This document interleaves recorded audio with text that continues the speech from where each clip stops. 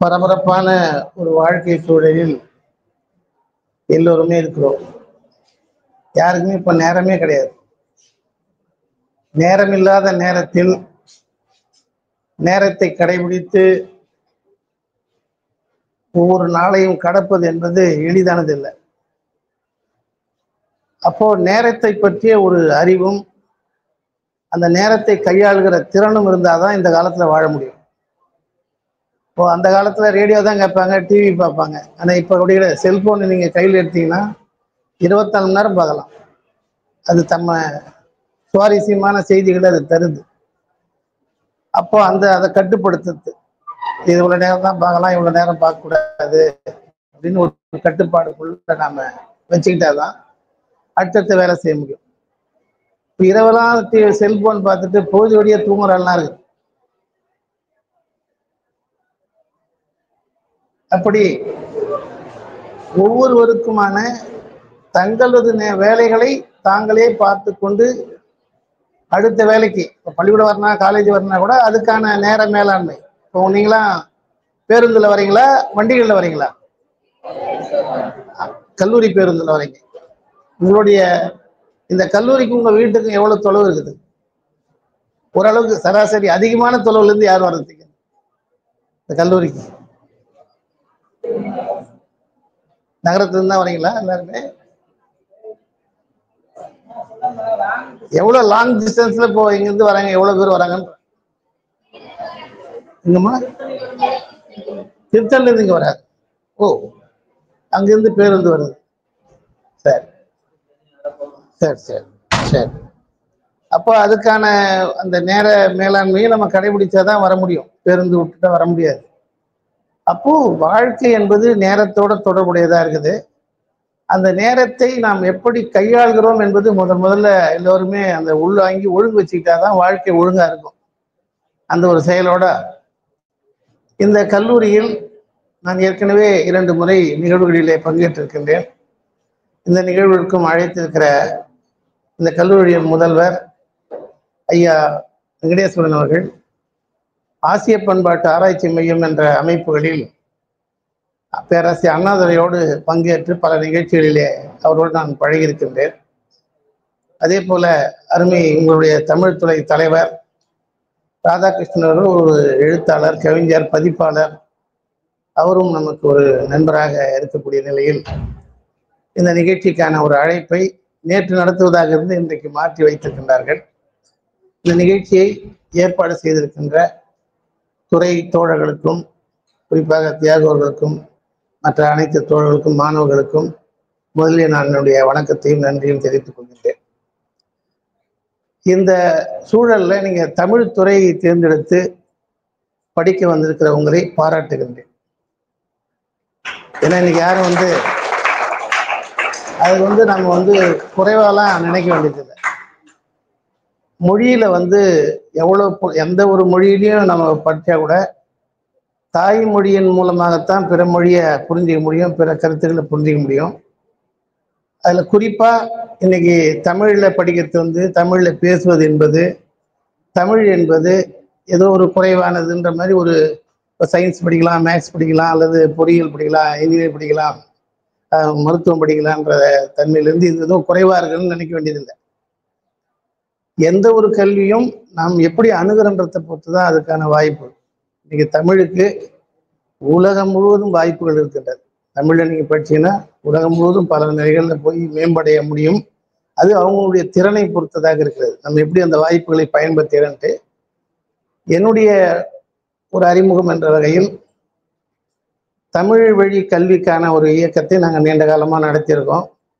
என்னுடைய மகன் அண்ணா பல்கலைக்கழகத்தில் பொறியியல் எந்திர பொறியியல்ல தமிழில் படித்தார். அங்கேயே முதுகலையில் அங்கே தமிழ் கிடையாது, அதில் டிசைன் சொல்லக்கூடிய அந்த படிப்பு படிச்சுட்டு இன்னைக்கு அரசு துறையில் வேலைக்கு போகிறார். தமிழில் படிக்கிறதுனால ஒன்றும் அறியாமையோ எதுவும் கிடையாது, திறனாக வர முடியும். என்னுடைய மகளும் அண்ணா பல்கலைக்கழகத்தில் கட்டிட பொறியியல் அதில் தமிழ் வழியில் தான் படித்தாங்க.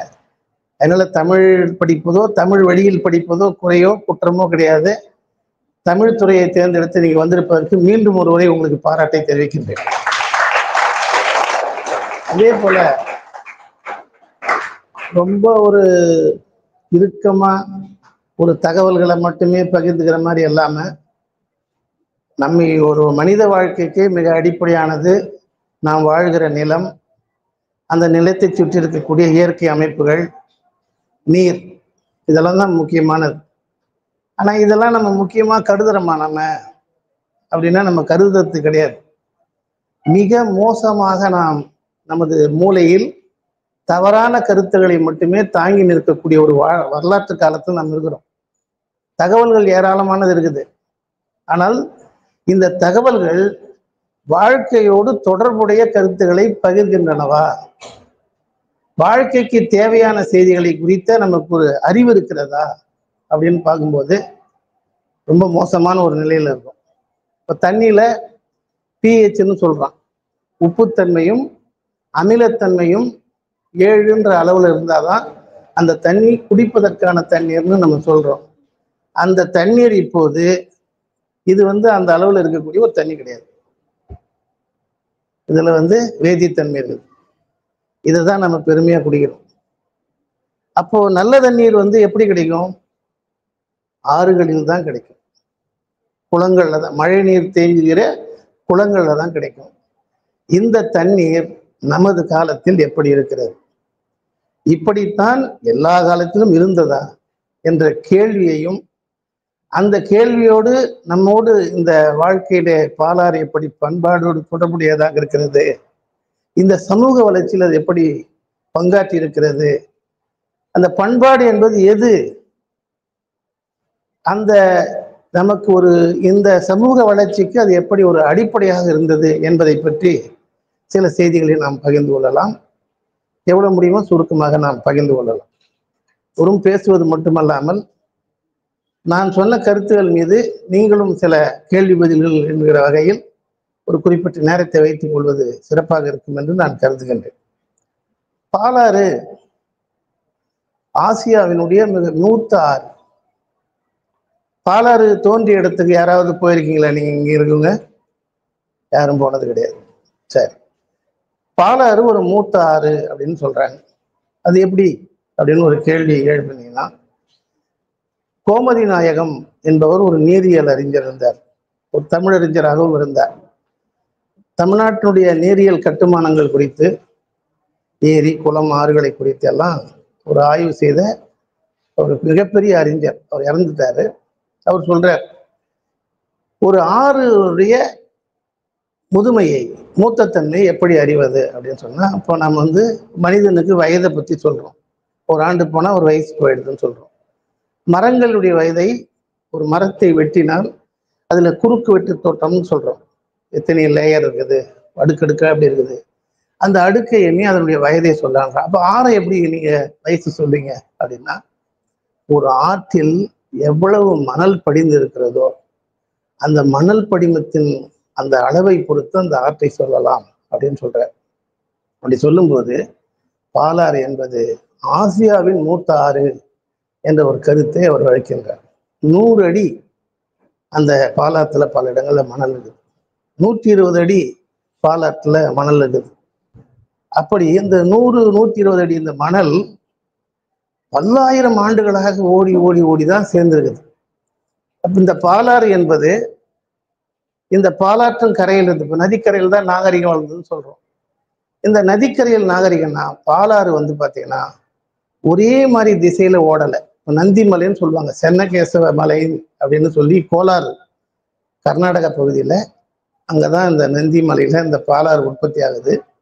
கர்நாடகம் ஆந்திரா வழியா தமிழ்நாட்டில் மகாபலிபுரத்துல, அது சங்க காலத்துல பெரும்பானாற்று படையின் ஒரு நூல்ல நீர்பெயர்ற்று அப்படின்ற ஒரு துறைமுகம் அங்க இருந்ததா சொல்றாங்க.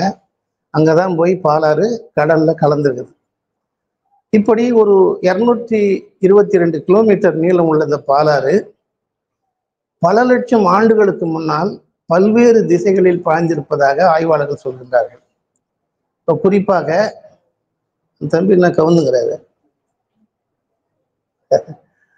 அதாவது கொற்றலை ஆறுன்னு சொல்றாங்க. கொசஸ்தலை ஆறு யார் யார் பார்த்துருக்கீங்க?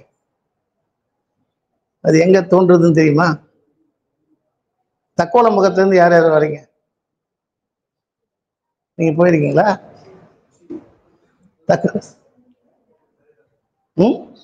தக்கோலமுகத்துலேருந்து யார் வராங்க? நீங்க வரீங்களா? தக்கோலத்துக்குள்ள ஒரு ஊர் இருக்க, அங்கதான் கூவமும் கொசஸ்தலையாரும் பிரியுது. பார்த்துருக்கீங்களா அதை? அப்போ அந்த கொற்றலை ஆறு என்பது ஒரு காலத்தில் பாறாறாக இருந்திருக்கிறது. அது வந்து பூண்டிக்கு பக்கத்துல அதிரம்பாக்கம்னு ஒரு இடம். 3 லட்சம் ஆண்டுகளுக்கு முன்னால் மனிதர்கள் அங்க வாழ்ந்தாங்க. அதற்கான கைக்கோடாரிகள், அந்த உருவங்கள்லாம் கொண்ட ஒரு இது இருக்கா அங்க. அந்த பூண்டி நீர்த்தேக்கத்துல ஒரு அந்த கரையில வந்து பாத்தீங்கன்னா ஒரு கண்காட்சி, அதாவது அந்த தொல்லியல் இடம் அருங்காட்சியகம் வச்சிருக்காங்க. அதை போய் நீங்க பார்க்கணும். 3 லட்சம் ஆண்டு. அதே போல இந்த பாலாறு ஓடிய பகுதியில் பார்த்தீங்கன்னா சாஸ்திரம்பாக்கம், செங்கல்பட்டுல இருந்து யார் யார் வரீங்க? செங்கல்பட்டு இருந்து பாலூருக்கு பக்கத்துல சாத்திரம்பாக்கம்னு ஒரு இடம் இருக்கு. அதே போல திருமக்கூடல் பக்கத்துல பழவேரின்னு ஒரு இடம் இருக்கு.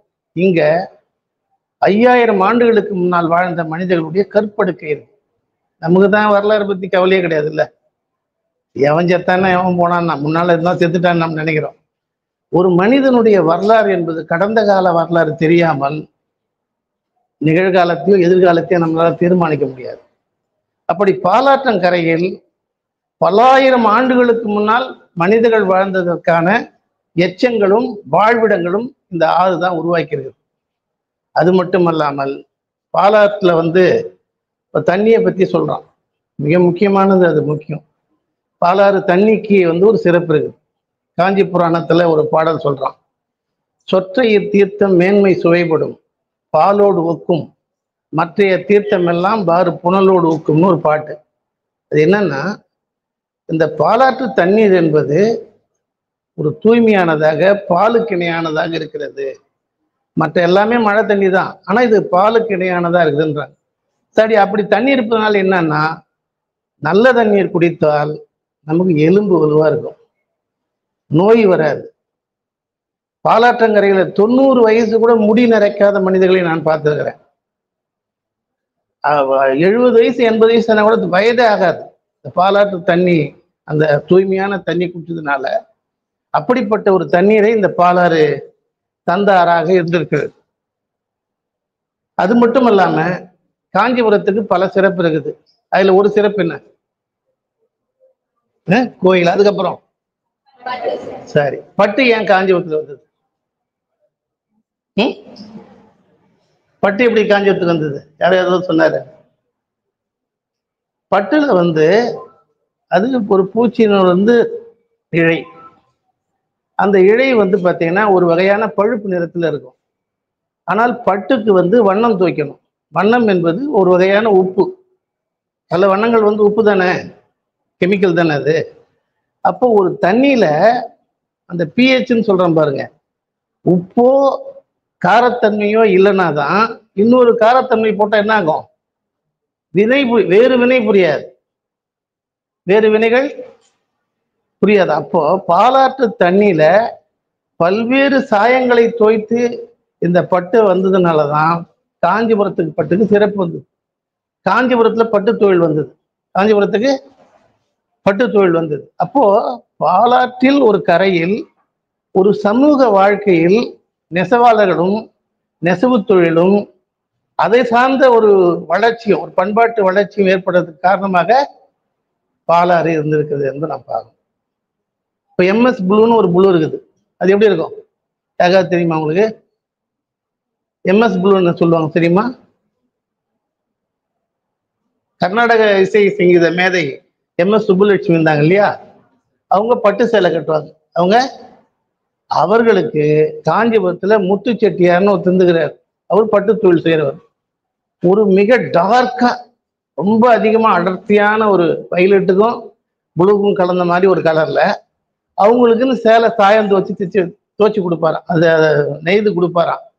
அப்படிப்பட்ட ஒரு பட்டு சேலையை, இன்னும் பல வகையில் பட்டு சேலை உருவாவதற்கு காஞ்சிபுரத்துக்கு பாலாறு தான் அடிப்படையாக இருந்தது. இது ஒரு பக்கம். இன்னொரு பக்கம் காஞ்சிபுரம் வந்து பார்த்தீங்கன்னா மூதூர் அப்படின்னு பெரும்பானாட்டு படையில சொல்லப்படுது. பெரும்பானாட்டு படைன்றது 2000 வருஷத்துக்கு முன்னால ஒரு இலக்கியம். அந்த பெரும்பானன் காஞ்சிபுரத்துக்கு வரான், அவன் சொல்றான் மூதூர்னு இதை சொல்றான். அப்போ அவனே 2000 வருஷத்துக்கு மூதூர்னா அது அதுக்கு முன்னால் எவ்வளவு நாள் இருந்திருக்கும். அப்படி ஒரு மூதூராக காஞ்சிபுரம் நிகழ்வதற்கும் இந்த படுகை திகழ்வதற்கும் பாலாறு மிக அடிப்படையாக இருந்துக்கிறத நம்ம பார்க்கிறோம். அது மட்டும் இல்லாமல் இப்ப நீரை பற்றி அறிவியல், இப்ப நீங்க தமிழ் துறையில இருக்கீங்க, தமிழ் துறையில அறிவியல் மரபு இல்லை, அது காலத்தோட பொருந்தாதது, ஏதோ ஒரு குற்றம் உணர்ச்சி போல அப்படின்னு ஒரு கருத்துக்கலாம். அது உண்மை கிடையாது, அது உண்மையே கிடையாது. மழையை பற்றி, மழைன்னா ஆறுகளுக்கு மலை மேல மழை பெஞ்சாதான் ஆற்றுல தண்ணி வரப்போகுது. இந்த மழையை பற்றி இப்போ நம்ம சொல்லுவோம் அரிஸ்டாட்டில், அப்புறம் தேல்ஸ் அப்படின்னு அறிஞர்களை கிரேக்கத்தில் இருந்தாங்கன்னு சொல்லுவோம். இந்த அரிஸ்டாட்டில் என்ன சொல்றாருன்னா, ஒரு வகையான மலையிலிருந்து அப்படியே ஊற்றாக எடுத்து தண்ணீர் வருது அப்படின்னு சொல்றார். அவருடைய ஆசிரியர் தேல்ஸ்ன்றவரும் கிட்டத்தட்ட அதே மாதிரி கருத்து தான் சொல்றார். ஆனால் ஒரு ஓமையாக பட்டினப்பாலையில் கடியலூர் உருத்தினங்கண்ணன் என்ற ஒரு புலவர் சொல்றார், ஒரு மழை தண்ணி எப்படி வருது, மழை எப்படி வருது. இப்போ தமிழ் துறையில் இருக்கவங்க நீங்க இதெல்லாம் அறிவியல் மனப்பான்மையோடு இந்த செய்திகளை வெளியே சொல்லணும். அவர் சொல்றார், கடல் முகந்த நீர் மழை பொழியவும், மழை பொழிந்த நீர் கடல் பரவவும், மாறி பெய்யும் பருவம் போல அப்படின்னு சொல்ற. அதாவது கடலிலிருந்து இந்த மேகங்கள் எல்லாம் திரண்டு மலையிலே குளிர்ந்து மழையாக அங்கே பொழிது மீண்டும் கடலிலே பரவுகிறது. இந்த அறிவியலை 2000 ஆண்டுகளுக்கு முன்னாலே நீங்கள் படிக்கின்ற சங்கத்தமிழில் நமது புலவன் சொல்லியிருக்கின்றான். அந்த புலவனுக்கு யாராவது பேர் தெரியுமா? அந்த புலவனை நாம் போற்றுகின்றோமா?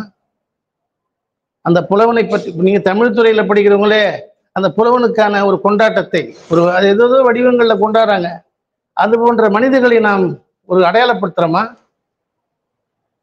ஆனால் அப்படி அறிவியல் சார்ந்த ஒரு கருத்தை மழை பற்றி அது எதுக்கு சொல்றாருன்னா, நம்முடைய தமிழ்நாட்டில் உற்பத்தி செய்த பொருட்கள் நாவாய்கள் மூலம் கப்பலுக்கு, அதாவது தரையிலிருந்து கடலுக்கு அந்த பொருட்கள் எல்லாம் ஏற்றப்பட்டதாம்.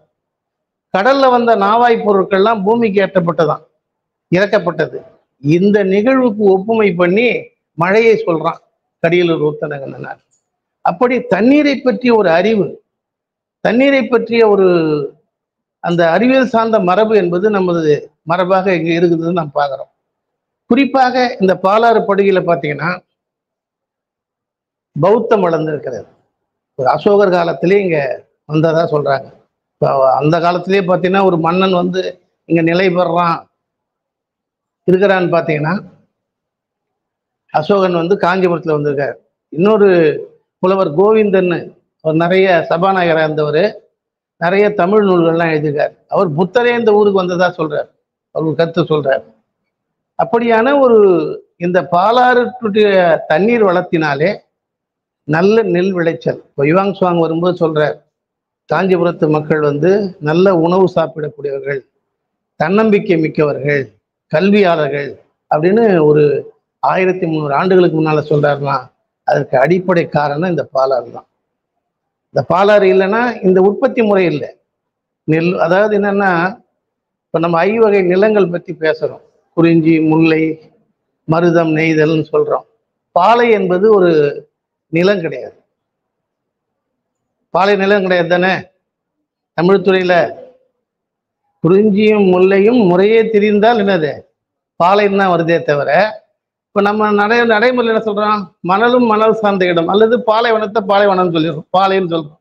ஒரு தவறான ஒரு கருத்தியல். ஆனால் நம்முடைய தமிழ் மரபு எவ்வளவு அறிவு சார்ந்த ஒரு இயற்கை சார்ந்த ஒரு மரபு என்பதை நாம் பார்க்கணும்.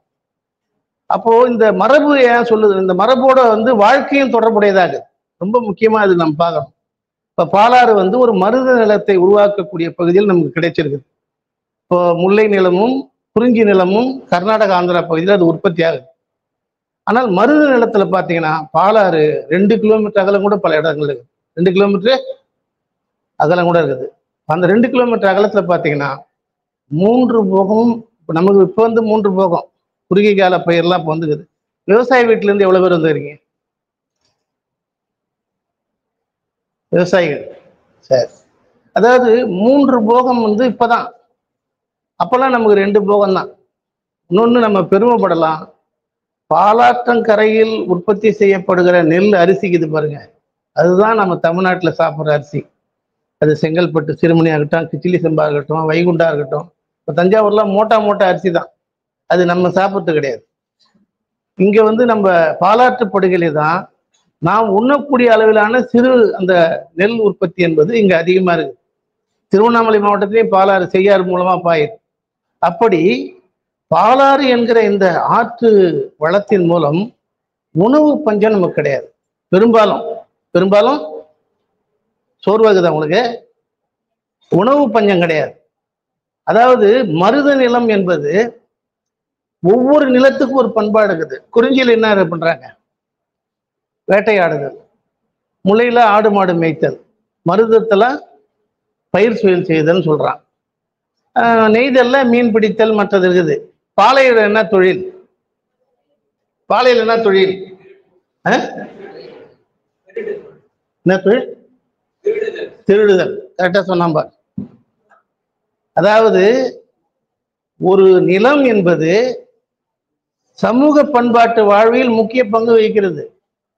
பாலாறு என்பது மருத நிலம் வாழ்கிற பகுதியாக இருக்கிற வரை நமது எதிர்கால வாழ்க்கை அமைதியா இருக்கும். வந்துடாதீங்க. பாலாறு நம்முடைய முன்னோர்கள் காலத்தில் அமைதியான ஒரு ஓடுகிற ஆறாக, நெல் உற்பத்தி செய்கிற ஆறாக, அதன் மூலம் நல்ல உணவும் நல்ல உணவுப் பொருட்கள் மட்டுமல்லாமல் பொருளாதார வளர்ச்சி வந்ததுனாலே பாலாற்றுக்கரை மக்கள் வந்து பார்த்தீங்கன்னா மிக சிறந்த ஒரு வாழ்க்கையை வாழ்ந்தார்கள். இப்போ பரதநாட்டியம் சொல்றோம். பரதநாட்டியத்துக்கு என்ன சொல்லுவாங்க? எங்கிருந்து தோன்றதா சொல்லுவாங்க? அதை தஞ்சாவூர்காரங்க தான் அதிகமா பரதநாட்டியத்தை சொல்லுவாங்க. சொல்லுவாங்களா? காஞ்சிபுரம் பாணி பரதநாட்டியம் இருந்தது யாருக்காவது தெரியுமா? யாருக்காவது தெரியுமா? காஞ்சிபுரம் பாணி பரதநாட்டியம் என்பது ஒன்று இருந்திருக்கிறது. மன்னாதி மன்னன் படம் யார் யாரெல்லாம் பார்த்தீங்க? எம்ஜிஆர் படம் யாராவது யாருமே பார்க்கலையா? பார்க்கலையா? பழைய படம் எல்லாம் பார்க்க மாட்டீங்களோ? அந்த மன்னாதி மன்னன்ல, அதாவது பாலாற்றங்கரையில வந்து பார்த்தீங்கன்னா இந்த மருதநில பண்பாடு இருந்ததுனால, பொருள் உற்பத்தி இருந்ததுனால கலைகளும் வளர்ந்துருக்கு. அப்படி கலைகள் வளர்ந்த போது காஞ்சிபுரத்துல செங்கழி நீர் ஓடை வீதின்னு சொல்றேன் இல்லையா? செங்கழி நீர் ஓடை வீதி யாரும் தெரியும்? தெரியல. காமாட்சி கோயில் தான் பக்கம் இருக்குது. அது வந்து ஒரு கலைஞர்கள் வாழ்ந்த ஒரு தெரு, பல்லாயிரம் ஆண்டுகளாக. அதாவது இந்த பரதநாட்டியத்துக்கு வந்து பார்த்தீங்கன்னா ஆசிரியர் இருப்பார், நட்டுவனார் சொல்லுவாங்களா? தாளெல்லாம் கட்டை வச்சு டொக்கு டொக்குன்னு தட்டி கிடப்பார். இந்த நட்டுவனார் வந்து பார்த்தீங்கன்னா நின்னுங்கன்னு தான் அந்த நட்டுவாங்க செய்வாங்க. நின்னுங்கன்னு தான் நட்டுவாங்க செய்வாங்க. ஆனால் அதை உட்கார்ந்து நட்டுவாங்க செய்வதற்கான வாய்ப்பை உருவாக்குனவர் காஞ்சிபுரத்துக்காரு. காஞ்சிபுரம் பாணி அந்த நடனத்துல இன்னைக்கும் உயிரோட ஒரு சிறந்த நடிகராக இருக்கிற ஒருத்தருக்கார் பிரபுதேவா வந்து காஞ்சிபுரம் பாணி நடனம் தெரிந்த ஒரு மனிதர். அவர் வந்து இந்த பாணியில கத்துக்கிட்டவர். தஞ்சாவூர் பாணி மற்ற பாணிலாம் சொல்ற மாதிரி இங்க அப்படியான ஒரு பரதநாட்டிய கலையில் ஒரு சிறந்த கலையாக அது வளர்வதற்கு இந்த பாலாற்றுடைய அந்த பண்பாட்டு வாழ்வு என்பது முக்கியமானது. அதே போல சத்யஜித் தெரியுமா உங்களுக்கு? வங்காள ஆவணப்பட இயக்குனர் அவர். அவர் தமிழ்நாட்டில் பிறந்த ஒருவரை குறித்து ஒரு ஆவணப்படம் எடுத்திருக்கார். தமிழ்நாட்டை பற்றி பால சரஸ்வதினு யார் யாருக்கு தெரியும்? தெரியுமா? நாட்டியதுல ஜெயமாலி தெரியுமா? ஜோதிலட்சுமி தெரியுமா? அவங்களாம் கடந்த காலத்துல சினிமால, இப்போ காஞ்சிபுரம் சூப்பர் மார்க்கெட் ஒன்று இருக்குது இல்லை? காஞ்சிபுரத்துல செங்கழி நீர் ஓடையில அந்த வீடு, அந்த சினிமால அந்த காலத்துல நடனம் ஆடுவாங்க. ஜோதிலட்சுமி, ஜெயமாலினி அவங்க வீடு. அவங்க வீட்டுக்கு பின்னால ஒரு கோயில் இருக்குது, அம்மனாட்சி அம்மன் கோயில்னு இருக்குது. அந்த கோயில்ல நாட்டியம் ஆடக்கூடியவர்கள், இப்போ வந்து நாட்டியத்துல 2 வகை இருக்குது. இப்போ ருக்மணி அருண்டேல் எவ்வளவு பேருக்கு தெரியும்? அவங்க வந்து நாட்டியத்துல 2 பாணிகள் வந்த போது இன்னொரு வகையான பாணியினுடைய வந்து இந்த ருக்மணி என்பவர் வந்து உருவாக்குறாங்க. அவங்க ஒரு பாணி வேற, இவங்க அந்த பால சரஸ்வதிலாம் அவங்களுடைய பாணி வேற. அவர்களுடைய மூதாதையர் கோயில் அம்மனாட்சி கோயில் இன்னைக்கு இருக்குது. அதை மேற்கு வங்காளத்தில் பிறந்த சத்யஜித் ரே என்பவர் என்ன பண்ணியிருக்காரு, அந்த பாலசரத்தை பற்றி ஆவணப்படம் எடுத்திருக்காரு. அப்படி நாட்டிய கலை வருவதற்கும் உணவுப் பொருட்கள், நாம் நன்ற உணவுப் பொருள் கிடைப்பதற்கும் பாலாறு என்பது ஒரு முக்கியமான வாழ்க்கை முறையை நமக்கு தந்திருக்குது. அது மட்டுமல்லாமல் தர்மபாலரை பற்றி பேசுகிறோம். நாலந்தாவுக்கு போனாரு, அவங்க கல்வி சிறந்திருந்தது அப்படின்னு சொல்றாங்க. அப்படி கல்வி சிறப்பதற்கும் இந்த பாலாறு வேகவதி கரை நாகரிகம் என்பது ஒரு முக்கியமான இடத்தை வகித்திருக்கிறது. அது மட்டுமல்லாமல் என்னாச்சு, சோர்வகுதா, அதாவது ஒரு ஆறு என்பது எப்படி நம்முடைய கல்வியை, பொருளாதார வளர்ச்சி, வாழ்க்கையை தந்திருக்கிறதுன்னு பார்க்குறோம். ஆனால் இன்றைக்கு அந்த ஆறு அண்டை மாநிலத்தோட சிக்கலா இருக்குது. நாம் அந்த மணலை தங்களுடைய தேவைக்காக எடுத்து கொடுத்துட்டாங்க. கட்டடம் கட்டுறேன்ட்டு, நம்ம ஊர் கட்டடம் கட்டியிருந்தா இன்னும் 1000 வருஷம் கட்டிக்கலாம்.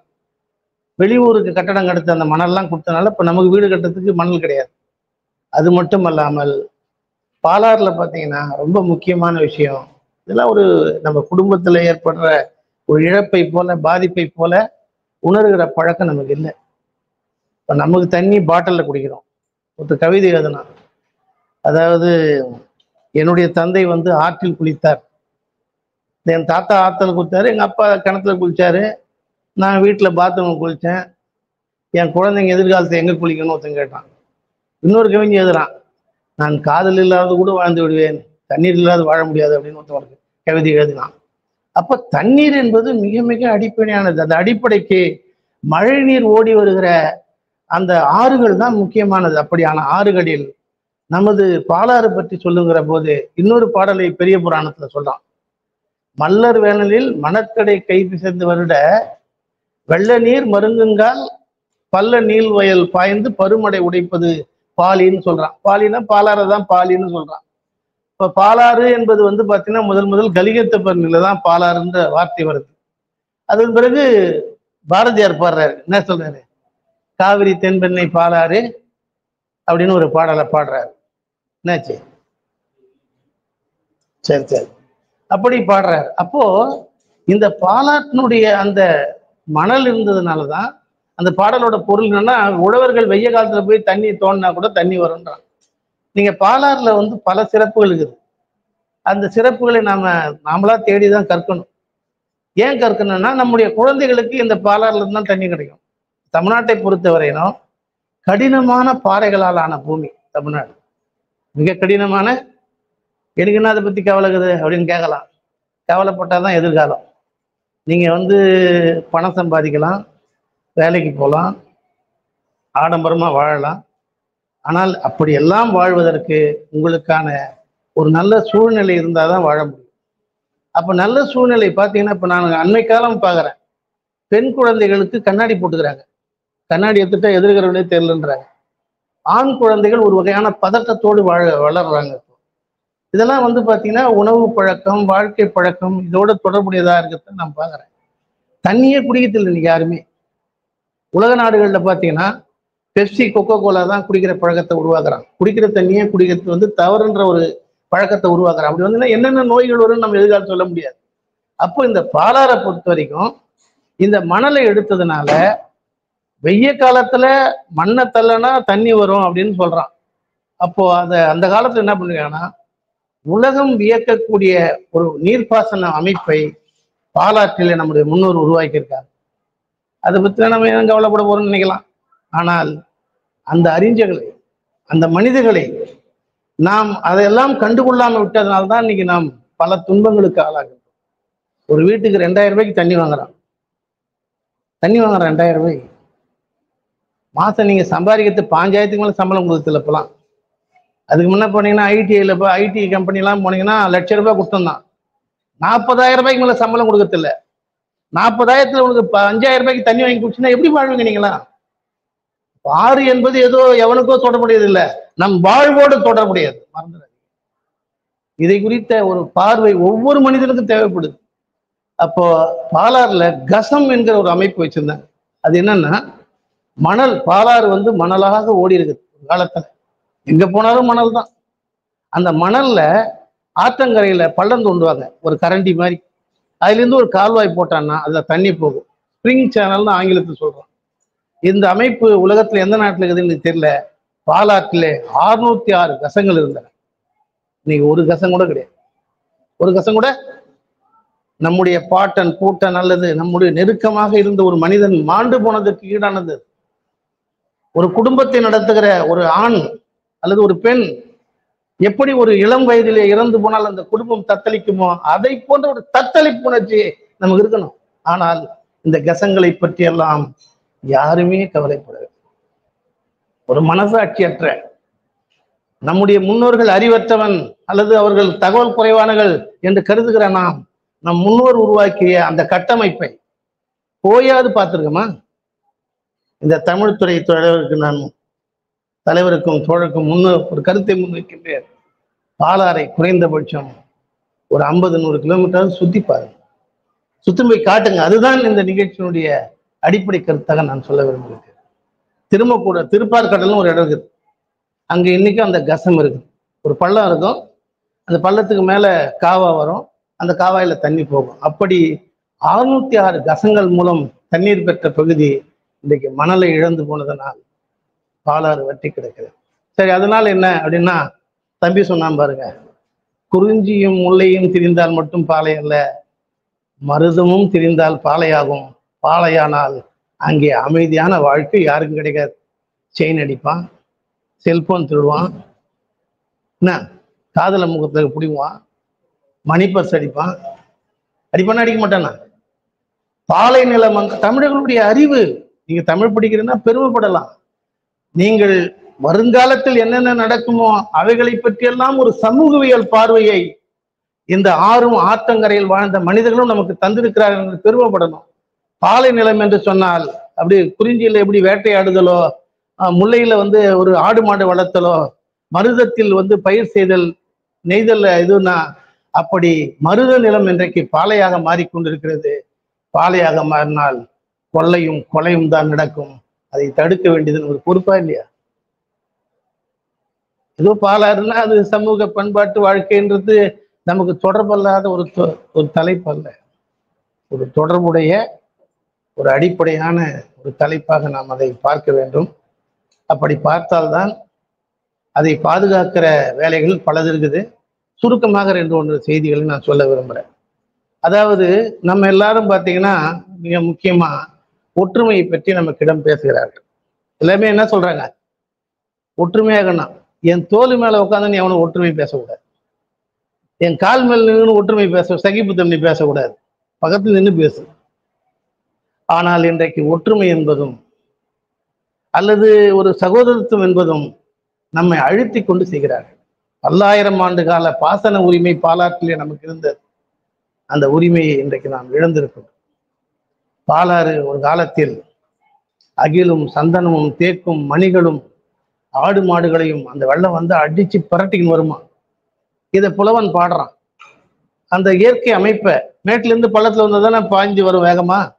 ஆனால் பாலாறு அந்த காவிரி பற்றி இளங்கோவடிகள் பாடுறார், நடந்தாய் வழி காவிரின்னு பாடுறார். அந்த புலவர்கள் எவ்வளவு நுட்பமாக, அந்த தமிழ் அறிஞர்கள் எவ்வளவு நுட்பமாக ஒரு சமூக, அதாவது வாழ்க்கை முறையை பார்த்துக்கணும்னு பார்க்கணும். நடக்கிறதுனா என்ன அர்த்தம்? சமவெளியில தான் மெதுவா போக முடியும்.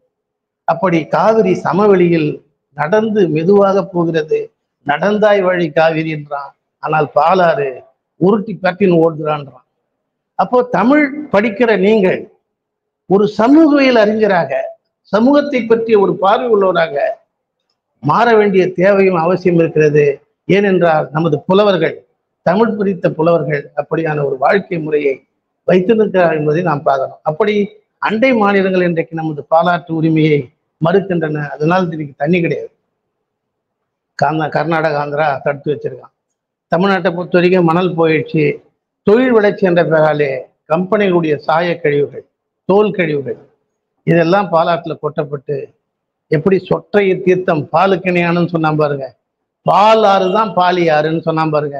இன்றைக்கு கூவத்தை விட மோசமான நஞ்சு கலந்த ஒரு ஆறாக பாலாறு இருக்கிறது. அதை மாற்றுவதற்கு பல மட முயற்சிகளும் போராட்டங்களும் 30-40 ஆண்டுகளாக நடந்தாலும் இன்னை வரைக்கும் அதுக்கு தீர்வு கிடைக்கல. ஏன் என்று சொன்னால் ஆறு குறித்த அறிவு ஆட்சியாளருக்கு மட்டுமல்ல மக்களுக்கும் கிடையாது. மக்களுக்கும் அந்த தண்ணி நல்ல தண்ணி இருந்தால் தானே நம்ம நல்லா ஆரோக்கியமா இருக்கலாம், நம்ம வாழ முடியும், மரம் செடி கொடி வளரும் அப்படின்ற அந்த பார்வை என்பது நமக்கு இல்லாது இருக்கிறது. அப்படியான ஒரு பிரச்சனையும் இருக்கிறது.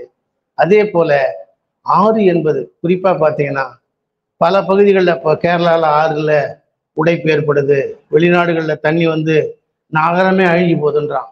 ஆனால் பாலாற்றங்கரையிலே எந்த காலத்திலும் ஊர் அழிந்தது கிடையாது, எவ்வளவு வெள்ளம் வந்தாலும். ஏன்னா அந்த ஆறு பள்ளமா அது போகுது. அப்போ ஒரு ஆறு இந்த காலத்துல ரொம்ப முக்கியமான ஒரு செய்தி, பருவமழை என்பது இப்போ பொய்த்து போச்சு.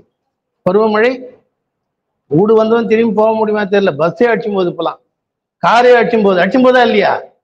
போற வழியில டிச்சு தோண்டி வச்சிருக்கான், பல பேர் டிச்சில் இறங்கி காணாமலே போடுறான். சென்னையெல்லாம் நடந்துக்குது அது மாதிரி. நீங்க கூட நான் பார்க்கும்போது இந்த ரோடெல்லாம் போகும்போது பார்த்து போங்க. கால்வா தோண்டி வச்சிருக்கான், சேகடை தோண்டி வச்சிருக்கான். ரொம்ப எச்சரிக்கையா நீங்க போகணும், வெளியே வரும்போது போகும்போதெல்லாம் போகணும். அதே போல காஞ்சிபுரத்தில் நீங்க பார்த்தீங்கன்னா நகரத்துக்குள்ள எந்த கடையிலையும் எந்த பொருளையும் வாங்கி சாப்பிடாதீங்க, தண்ணி குடிக்காதீங்க, கேன் தண்ணி தான் குடிங்க. அது தப்பு தான். ஆனாலும் அங்க பார்த்தீங்கன்னா கழிவு நீரும் குடிநீரும் ஒன்று கலந்து காஞ்சிபுரமே நாறிக்கொண்டிருக்கிறது. காஞ்சிபுரமே நாரி கிடக்குது, எங்கேயுமே கால் வைக்க முடியாது. ஒரு காஞ்சிபுரம் வந்து ஒரு நகரங்களில் சிறந்த ஊர்னு சொன்னான். அப்படி நகரங்களில் சிறந்த ஊரான காஞ்சிபுரம் நீர் மேலாண்மையில் ஒழுங்கில்லாத காரணத்தினாலே இன்றைக்கு இது அழிந்து கொண்டிருக்கிறது.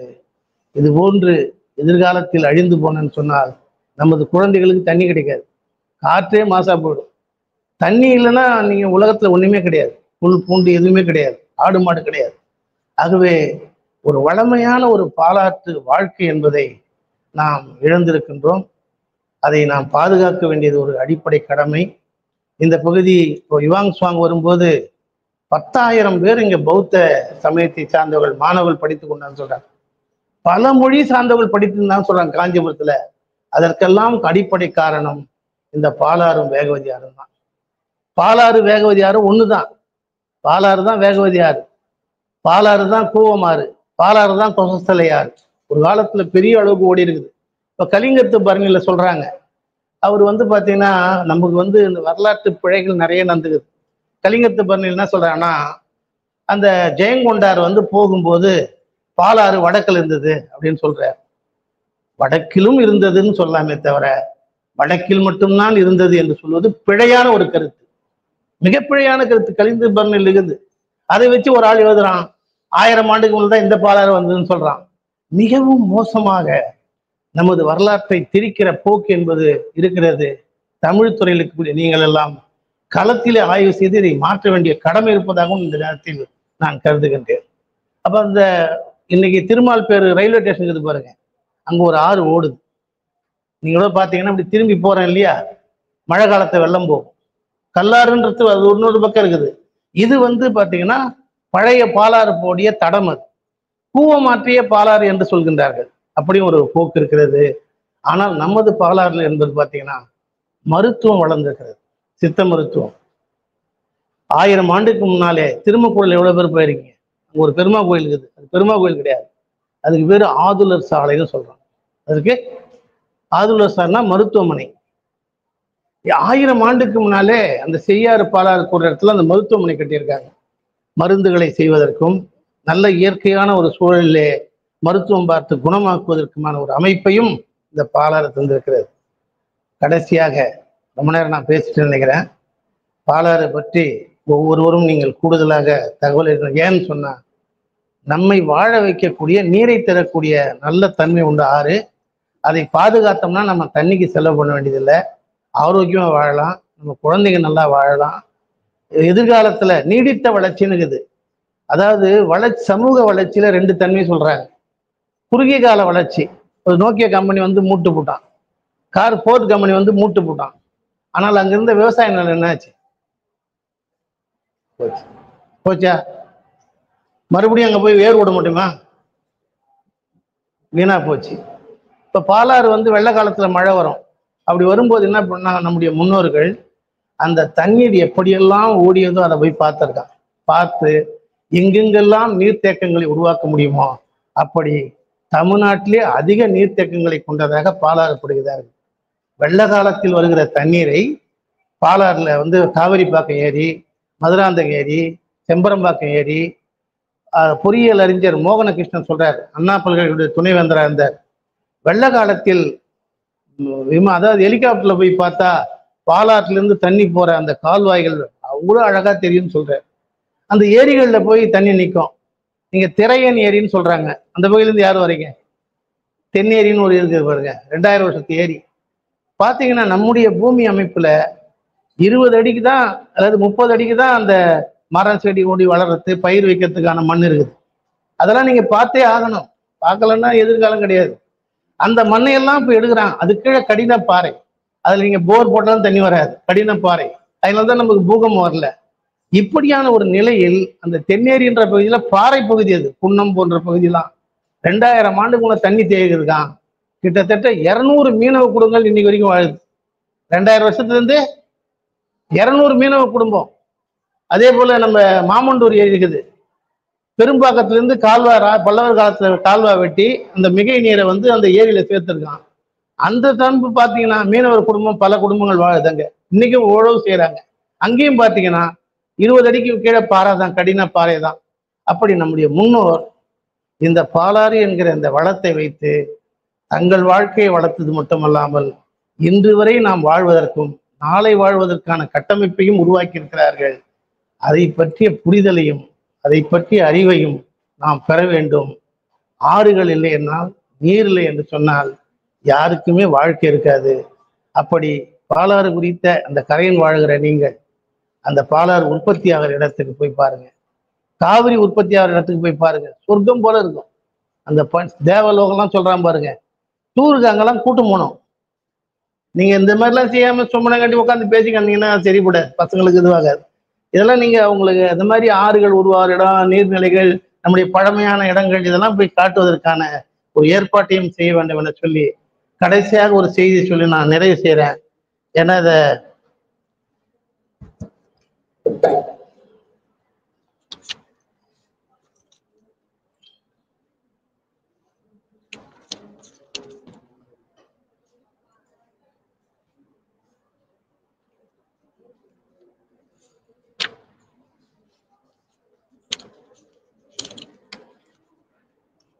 இதுல எந்த இடத்துல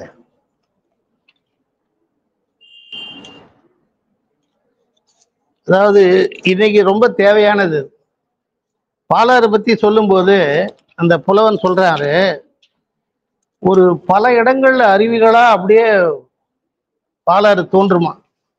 அது பாலாறு தோன்றது பார்த்தீங்கன்னா அவ்வளோ சிறப்பா இருக்கும். பல இடங்கள்ல விரித்து பரவி வளர்ந்தது. அப்படி அந்த வருகின்ற பாலாறு என்பது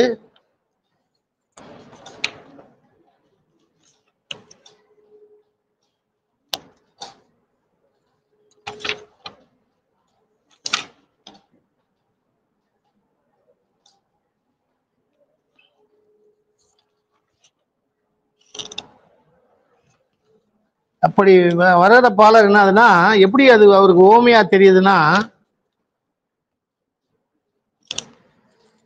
ஒரு பல சமயங்களை சார்ந்தவர்கள், சைவம், வைணவம், பௌத்தம், இன்னும் பல்வேறு சமயங்களை சார்ந்த இஸ்லாமியர், கிறிஸ்துவன், பல சமயங்களை சார்ந்தவர்கள் இருக்கிறாங்க, பல இடங்கள்ல வருவாங்க. இந்த பல இடங்களில் தோன்றுகிற ஒரு ஆறுகள் எப்படி ஒரு கடலில் போய் சேர்கிறதோ அதை போல பாலாறு என்பது பல இடங்களில் தோன்றினாலும் ஒரு இடத்தில் கடலிலே போய் சேருவதை போல ஒரு சமூக நல்லிணக்கத்துக்கான ஒரு ஓமையா அந்த பாலாற்றை சொல்ற அந்த புலவன், காஞ்சி புலவன் சொல்ற. அப்படி நாம் பல நிலைகளில், பல கடங்களில், பல சூழல்களில் பிறந்து வளர்ந்தவர்களாக இருந்தாலும் நாமும் பாலாற்றை போல ஒரு பொதுமை உணர்வுள்ளவர்களாக, சமூக மாற்றத்தை விரும்பக்கூடியவர்களாக, சமூக மாற்றத்தையே ஏற்படுத்தக்கூடியவர்களாக நாம் இருக்க வேண்டியது கட்டாயம். ஏன் என்று சொன்னால் மனிதன்தான் சக மனிதனுடைய இன்ப துன்பங்களை பற்றி பகிரவோ மாற்றவோ முடியும் என்ற கருத்தை நாம் இங்கே முன்வைக்கின்றோம். அதே போல இந்த சமூக வளர்ச்சியில், நாகரிக வளர்ச்சியில் பூமியின் மேற்பரப்பு தண்ணீரை தேக்கி வைக்காது வாழ்கிற ஒரு சமூகமாக நாம் மாறியிருக்கிறோம். பூமி மேற்பரப்புல எங்கேயுமே தண்ணி கிடையாது. பூமி மேற்பரப்புல 500 அடி, 600 அடி, 700 அடி போர் போட்டு குடிக்கிறோம். இந்த உலகம் மனிதனுக்குமானது மட்டும் அல்ல, ஆடு மாடு காக்கா குருவி எல்லாத்துக்குமானது. இன்னைக்கு நாயெல்லாம் தண்ணியே குடிக்கிறது. எங்கேயுமே நம்ம தெருல பாக்குறோம், நாய்ங்க தண்ணியே குடிக்குது. வேதனையா இருக்குது. அது யார் தண்ணி வைக்கிறது? தண்ணி வச்சா குப்பையை தந்து ஊட்டாண்ட போடுது. இப்படிதான் நிலை இருக்குது. இன்னொன்று, காக்கா குருவி இருக்குது, அங்க எங்க போய் தண்ணி குடிக்கும்? அது என்ன போர் போடுமா? மனிதர்கள் நாகரிகம் என்ற பெயரிலே இயற்கையை சுரண்டுகிறார்கள், இயற்கையை அழிக்கிறார்கள்.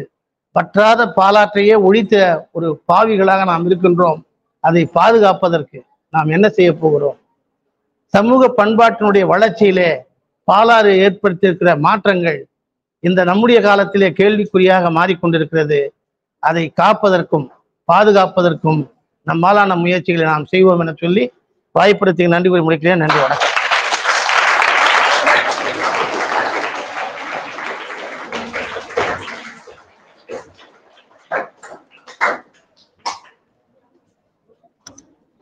மனிதனுடைய நாகரிகம் ஆற்றங்கரையில் தான் தோன்றியது அப்படின்னு நம்ம பள்ளி பருவத்திலிருந்து படிச்சுட்டு வரோம். அந்த அடிப்படையில நமக்கு அருகாமையிலே ஓடக்கூடிய